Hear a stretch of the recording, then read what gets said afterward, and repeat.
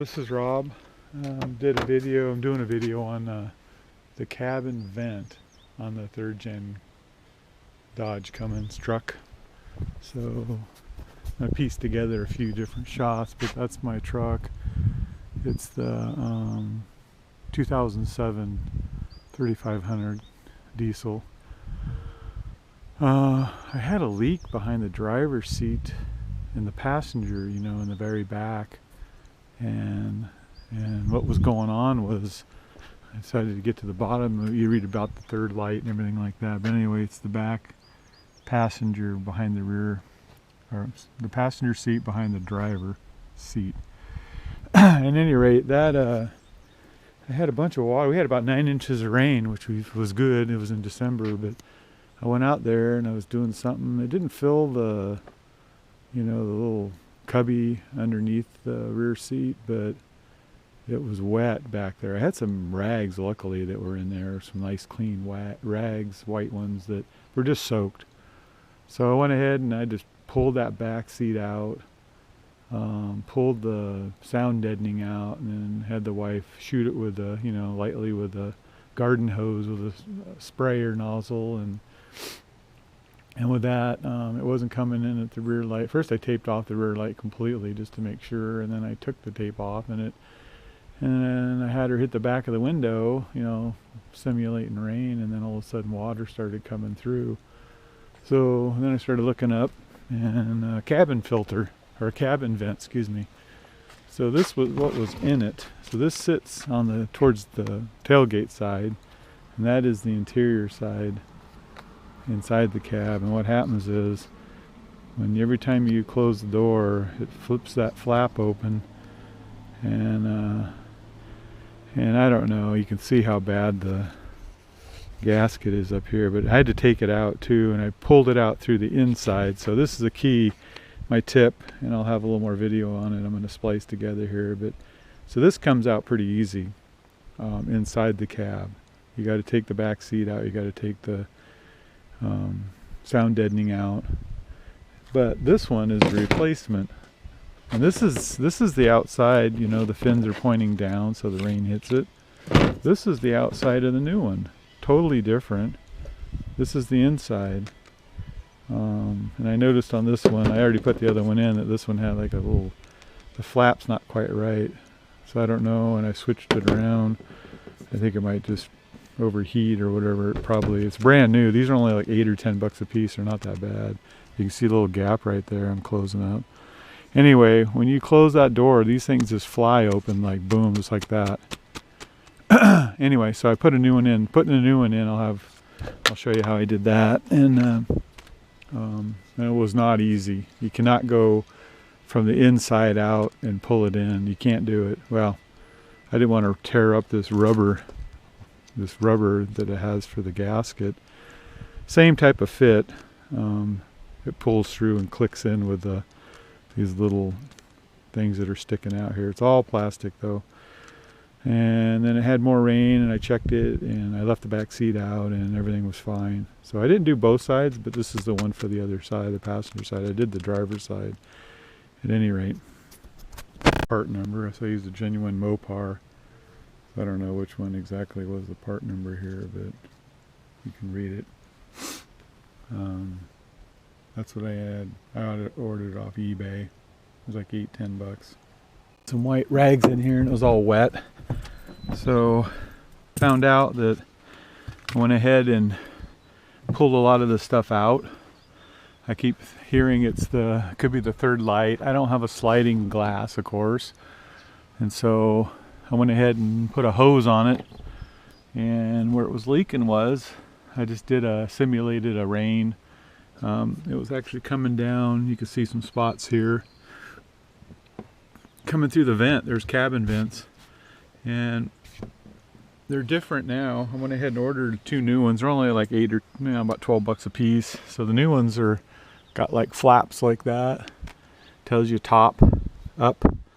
So it's got to go in there. There's no room in there really, so I'm going to find out a way to have to drop it in, and I actually don't think that'll actually drop in there.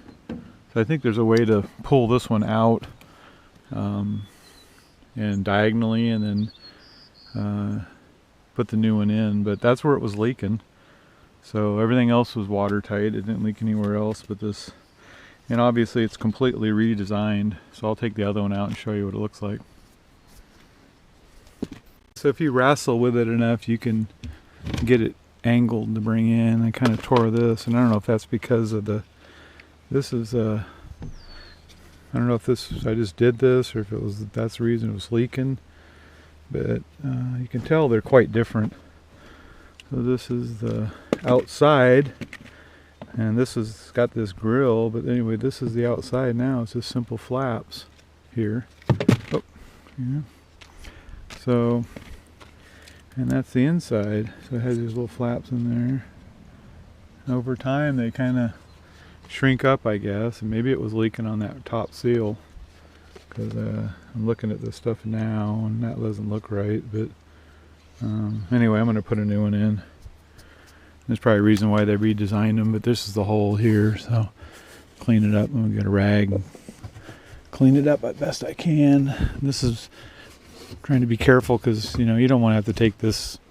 There's no way to get in there, really. Some people talked about hanging a string, but this new one won't even slide in there, so I'm going to try to be real careful. And it does have directions on here for top, and it's the outside, so I'm going to go ahead and see if I can get it in.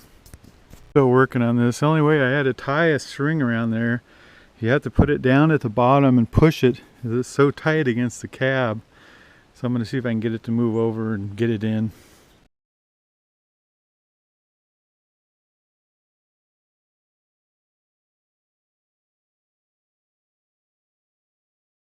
What I did was get it so the bottom pieces capture, and then I had to use a screwdriver to pop down in there. You can see that, but on top of the tabs to get it to tilt in. So now it's tilting in, so I'm hoping to pull it enough to just pop it. I don't want to, I got some pliers, but you don't want to pull too hard on some of this stuff. You don't want to break it. Yeah, that one just popped. There, that one just popped. So it's got a rubber gasket in it too. Assuming the rubber gasket's all right. It appears it is. Yeah, it looks okay. So you can get to that point. I'm hoping it's going to be okay.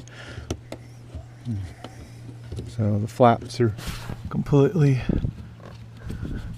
done right like that, and it's all clipped in basically. So now I'm going to put it back together.